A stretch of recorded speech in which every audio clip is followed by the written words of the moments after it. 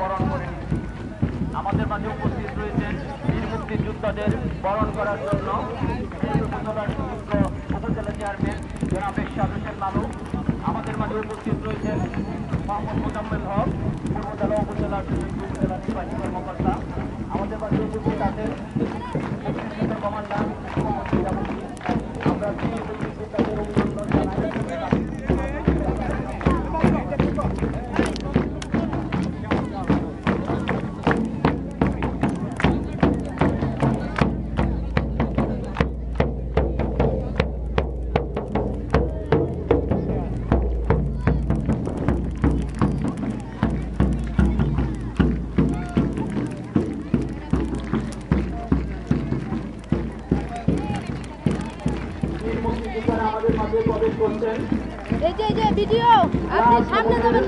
তারা আমাদের মাঝে চলে আসছেন, আমরা করতালি দিয়ে তাদেরকে অভিনন্দন জানাই।